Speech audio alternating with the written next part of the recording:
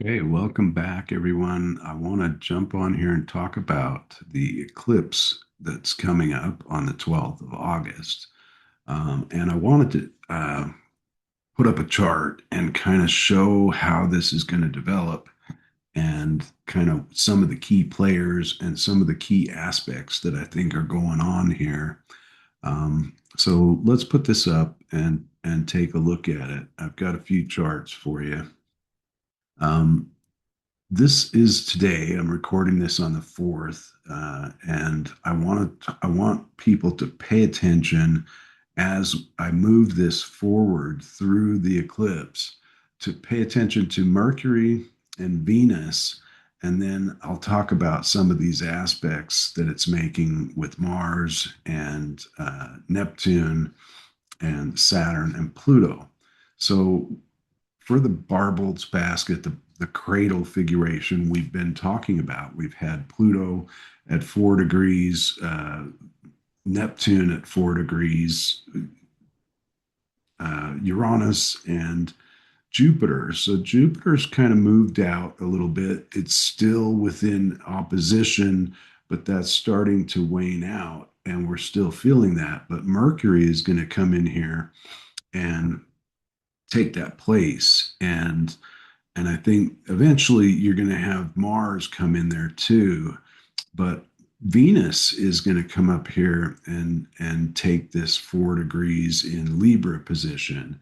And a lot of people have been talking about this. If you have any planets or asteroids or anything at 4 degrees of Libra, it's really activating this double kite figuration.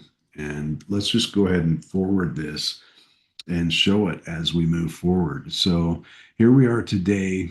Mercury is exited its retrograde, and we're moving through. I'm going to do this by days. It surpasses its retrograde shadow here on the 7th, and on the 6th, Venus enters Libra, and we're kind of approaching this eclipse. And and Mercury are approaching their long-awaited conjunction. They almost conjuncted, but because Mercury went retrograde, they didn't, and it moved forward. The moon moves through here, and then we hit the eclipse. And so we haven't had the Mercury Jupiter conjunction yet. We've got the eclipse. Venus is now slid into this slot, which activates this double kite pattern. So let me point this out here. We've got a grand trine in the center here that's activated by this. Pluto is at 4 degrees, almost 4 degrees. Uranus is at 5, and Venus is at 5. But then it activates this sextile because Mercury has moved into this 5 degree position. So we've got a sextile between Uranus and Venus. And then you've got this sextile between Neptune and Uranus with the trine to Pluto. So you've got the opposition between Venus and Neptune that's activated here. You've got the opposition between Mercury and Pluto that's activated here, and those create the spines of the kite pattern.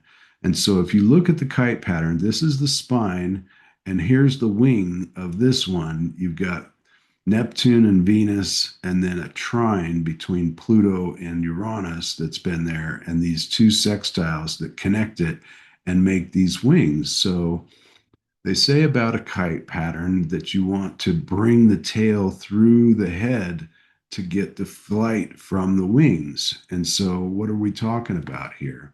With Venus, I think this is really going to be an important part of it because if you notice here that it's also in a square to Mars. And that it's a little out. We've had this going on for a while now. This is the first of a three square pattern, a three hit pattern, because Venus is going to go retrograde pretty soon. We're going to it's going to back up and reactivate that. Let's see, we've got the retrograde in October, and then the final square in January of that. And so these themes of masculine and feminine, how we're receptive and how we assert ourselves are really going to make an appearance here in this next little while. And I think that the way that we handle this is going to say a lot about how volatile or easy these times are. And that being said, let's talk about eclipses because I think that there's something to be said. A lot of people think, oh, these really volatile times, eclipses, they're super scary, right? I don't feel that way. In fact, sometimes eclipses can go by and nothing really major feels like it's this big event that's happening.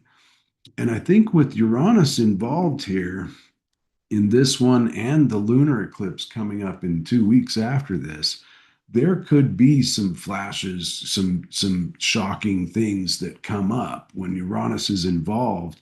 There's always that opportunity, but more often than not, what I've experienced with eclipses is it's like this subtle beginning where it's something that you don't really notice so much when it's happening, but then 3 months or 30 days or 3 months or 6 months later, you look back and you think, oh my God, that was the beginning.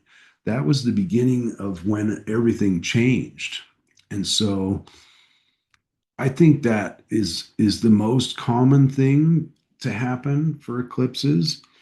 And so what is it that's going to be happening? Well, we've got a new moon solar eclipse here in Leo. And so, I mean, it's hard not to make the joke about the song, a total eclipse of the heart. It's an old song, probably dating myself with this, but I'm sure everybody's heard it. Um, how can we express our individuality through the heart and really, allow that to shine and not be pushing or, dimming our light in the way that sometimes Leo can do when it's trying to get recognition from the outside as opposed to just naturally shining its individuality in the collective.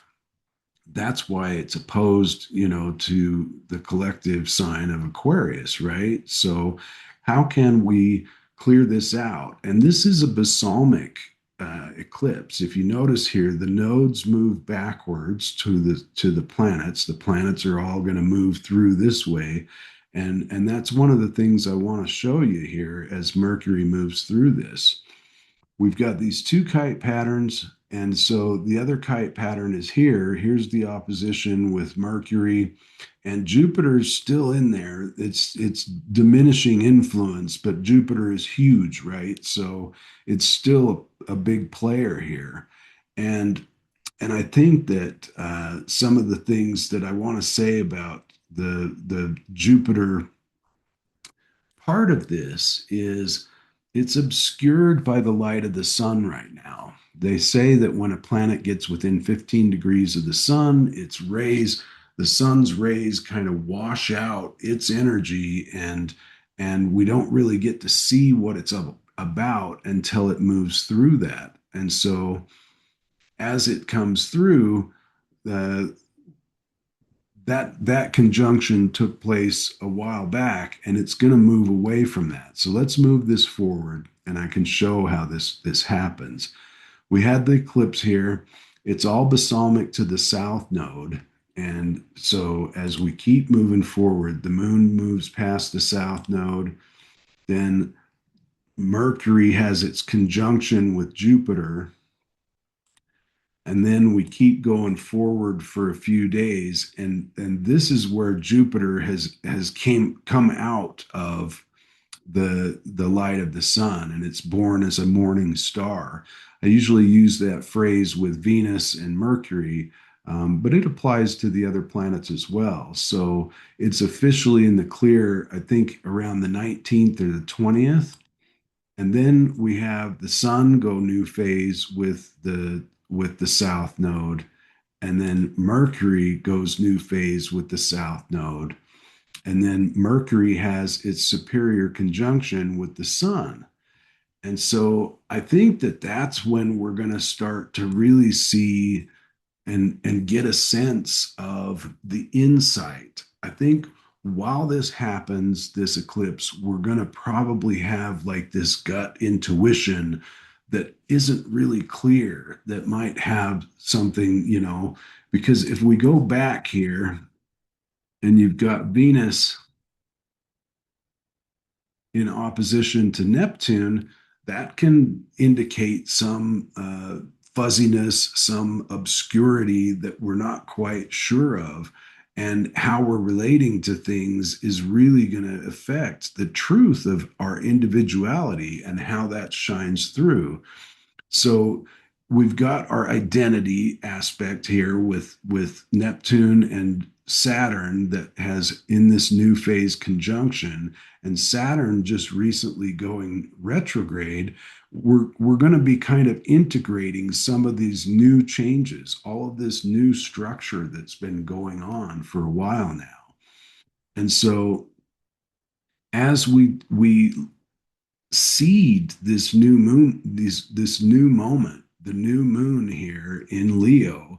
It's in a balsamic conjunction.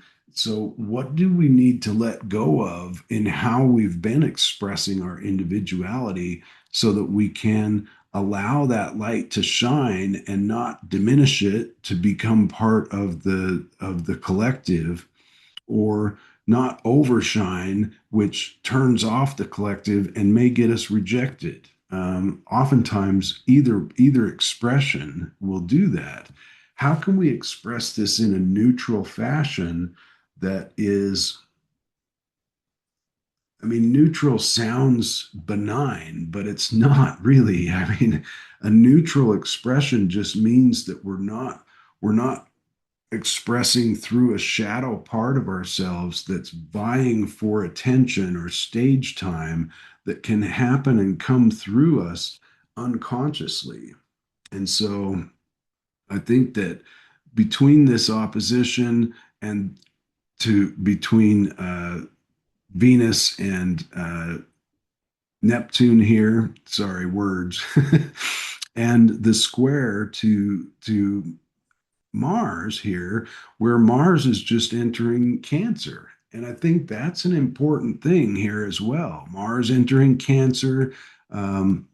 It's Mars in Cancer can be very protective. It can bring up, stories from the past, from the core of who we are. And I think that as Mercury has just moved through and done its complete retrograde cycle here, we're going to be taking action in a different way. Like some of the things that came up from that retrograde cycle, I think is the what this other kite pattern is about. So the tension between Pluto and Mercury can really kind of tend to have us go through periods of really being able to communicate, really having this power mindset, this outlook on life where we're feeling very empowered. But then if we are out of balance on this combination of masculine and feminine expression or energy and how we're communicating, this comes out in our mannerisms, how receptive we are, how protective we are. Like sometimes when I look at Mercury in Cancer, I picture that it can come at things sideways, right? The crab moves sideways. It can address things that it feels that are wrong. Like one of the things that happens with Cancer is you can displace your emotions onto other people. And so Mars in Cancer can really displace your emotions on other people when it's expressed in a way that's out of balance, right? It's out of that neutral position. It's kind of coming forward. It's in that positive expression, or it can build up these resentments and it can shrink back. I mean, all of the signs can express this way. And I think ultimately what we're seeking is that balance. When you look at that center of the chart, we're looking for that self energy in the IFS language. What is this self energy that, and how can we stay present with our emotions and not learn to protect and be receptive to other people. But in distortion, through the illusion of this Aries, we may find that we need to really exert ourselves. We're back to this thing that we talked about with Neptune and Saturn, and back when Mars was in Aries, about reactivity and jumping too fast and not being present. And so, how can we stay present with this to where we're receptive enough, but not caving? Like there's a tension between this Jupiter, or between this Mars and Venus here, between the feminine and the masculine sides, right? We don't want to be so receptive that we allow ourselves to back off and not express our emotions uh, out of a need to keep the peace, to keep ourselves from being rejected. And that's that Aquarius Leo part of this. And so we're letting go of something here. And what can we let go? When Neptune's involved and we're heading into the final Pisces eclipse for the next 8 years, we're going to have one more Virgo eclipse coming up in February, I think.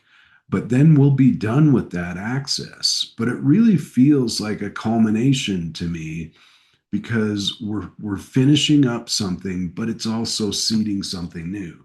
And that's often the way that this stuff happens. It comes in layers. We're going to be letting go of something while something else is germinating and coming forward. Pisces, when we look at a balsamic cycle, the nature of a balsamic cycle is that it's gone all the way around and it's ready to start its round again. And so in that moment, we're composting, we're letting things go, we're letting it naturally dissipate, but it's also providing the nutrients in the soil to seed something new when it's born again. And I think that's part of what's going on here. That's one of the pieces of this, of the layer of this. And what's going on is are we able to express this new identity through the heart without needing to push or seed what we should be expressing to keep the peace and not allow ourselves to be seen? And this naturally creates this kind of this disruptive space within the inner family system, right? Because you've got parts that are used to getting a lot of stage time. I love this phrase. And they're going to be hesitant to let go of that. But it's our job to just be there with them and hear them and give them recognition and allow them to be seen as they come forward. And then eventually they're going to trust that this new way is going to be better. We're going to be able to get our needs met in ways that we can express our individuality through the heart without needing to diminish our light. And I really feel like that is what's going on here. I wanted to Let's move this forward. I'm going to stop this share and I'm going to go to a different chart here. Let's see. There we go. Now we'll put this one up.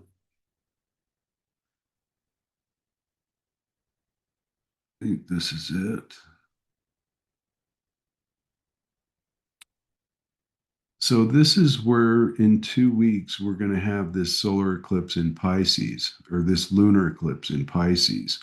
And this is a little bit different because if you notice now we've got a new phase between the sun and the moon on the nodes.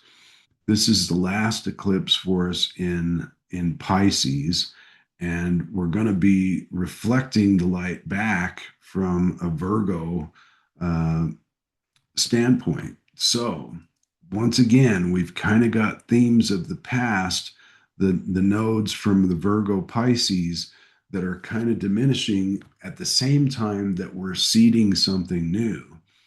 And we'll get into this a little bit more. I'll probably do another video about this one as it comes forward. There's a lot of tension here. We've got this Thor's hammer pattern, two sesquiquadrates. This is a lesser known aspect that a lot of astrologers don't talk about these.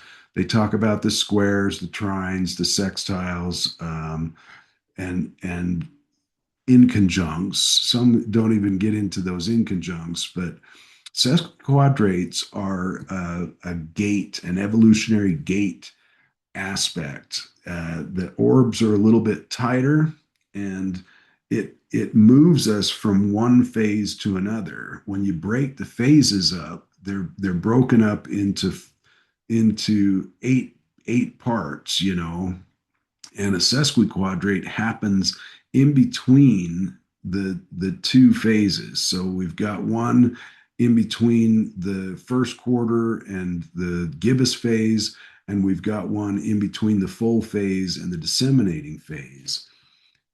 Maybe I'll do a video series that talks a little bit more about the phasal relationships so that as I talk about this, you can have a reference point to really see it.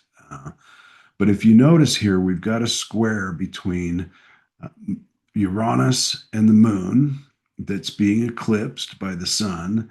And then you've got a sesquiquadrate between Venus and the moon and Venus and Uranus. And that creates what they call a Thor's hammer pattern. And a Thor's hammer pattern can bring up this chthonic thing that just keeps pounding and keeps bringing it forward until we finally get it. And what I mean by chthonic is it dredges up what's subconscious and it can really make something conscious. So when that light gets eclipsed by the earth passing between the sun and the moon, it changes how we experience our consciousness. And so that brief period, where we go without the light, we can we can get a sense of something different. And I think that this is probably going to bring up some ways in how we've been either too receptive or not receptive enough to, uh, some of these. And with this trine between Pluto and Uranus, we're going to get some flashes of insight in that. And I think that it's going to be a very persistent flash of insight. And once again, just because something doesn't happen right the day that this happens, it still can take 30 days or 6 months or even up to a year for this to develop and move forward. We've got a lot more eclipses to come in the Leo and Aquarius axis. The eclipses happen when the nodes are when you have a full moon or a new moon within a certain amount of space between the nodes. And so, with the nodes transiting through this new set of signs for the next while, we're going to be visiting these themes. And so that new moon eclipse on the 12th, I think, is the beginning of this new cycle at the same time as it's the ending of the Pisces Virgo stuff. And so how can we carry these lessons that we learned through this Pisces Virgo access into this Leo Aquarius axis and make sure that we've learned our lesson or we're embodying our lesson and bringing it really into the heart and being able to express that without the shadow aspects taking over, without the parts jumping in to take over. So from that inner family systems or the inner psychological lens, we're really going to be doing a lot of work about learning how to express ourselves within our inner community and to get along with the parts, recognize the parts, and being able to express that in the real world and do it in a way that isn't uh, over over modulated or under modulated. I guess that's the best way to put it. So anyway, I think I'm going to jump off and leave it at that. I hope that helps you guys to understand a little bit more about this eclipse cycle. Um, I'm really excited about this, but there's a lot of pretty good aspects. Like there's some tension involved. There's a lot of facilitation that can help us. And the thing about that facilitation is it's easy. Trines and sextiles are easy energy. They flow really well, but you got to grab them. You got to take that opportunity when you can, and you got to move with it. You got to run with it. And that's going to help us to relieve some of the tension of the squares and the oppositions. And so, uh, if we can expand our awareness to understand the archetypes that are on either side of these oppositions without abandoning one side or the other is the key, right? It's easy to go from this side or to be on that side and not be able to see the other side at the same time. I talked a lot about this with this Neptune Saturn conjunction in Aries, because you can't talk about one side of an archetypal axis without referencing the other side, or we're forgetting it. And the danger of doing that is not expressing it in this neutral position or this balanced way that is able to keep everything aligned, right? I think that's important. So let's leave it at that. I hope this finds everybody doing well. I'm trying this new thing to post these things a little bit further in advance so people have time to look at this before it happens. And hopefully that'll get us a little more exposure and we can grow our community. I think that's a lot about what this Aquarius Leo axis is about, is getting out there and growing the community. So do all the things, like and share. I will put a link in the description if you'd like to take a look at where this is happening in your chart. I think that's a very important thing to look at. If you know what house that's in, that will kind of give us more clues about what the themes are that are involved in this and how they could play out in your life and what to look for. And with astrology, maybe I'll do this too. I want to talk about the way that I've learned to use astrology in my life, because it's something that I've used as a language to help me look inside, and it gives me a voice to a lot of the feelings and the things that come forward. The mythology is a way of looking at that as well. And I think that by using it to describe your inner world, it helps to give voice to some of these feelings. But the point that I'm trying to make is it requires a commitment. Like you can't just, a lot of people I think nowadays look at astrology and they think, oh, I'm going to have this aspect, and now everything's going to fall into place and it's going to move forward. Everything's going to be just fine. And that's the way it's going to happen. But that has not been my experience. I spent a lot of years wanting and hoping and watching for some of that. But when I really started to focus in and dial in and learn more about it and understand it, it's a very subtle thing, you know. It's not going to be the answer. The planets don't happen to us. It doesn't create something that we have to endure. It doesn't, it's not going to change something. This good aspect that happens isn't going to change us forever. That change has to come from within. It's an opportunity for us to really look at the language and try to find those archetypes within ourselves and learn to express them in that balanced way so that we're not allowing our shadow to take over. Because whatever we don't meet in ourselves gets projected onto other people. And that's where we start displacing our emotions on other people and saying, you know, oh, well, they did this and I'm a victim because of this, you know. Whenever that happens, check yourself and say, okay, how am I not the victim here? What is this? What is it? How is it possible that I can see this from a different lens? You know, how can I turn this stone a little bit more so that I can see it from a different angle? And maybe that angle is not quite as a flattering of a light on yourself as you'd like it to be, but that actually helps, right? I mean, to be able to see that in ourselves helps us. We don't always have to improve, right? And change. We're perfect the way we are.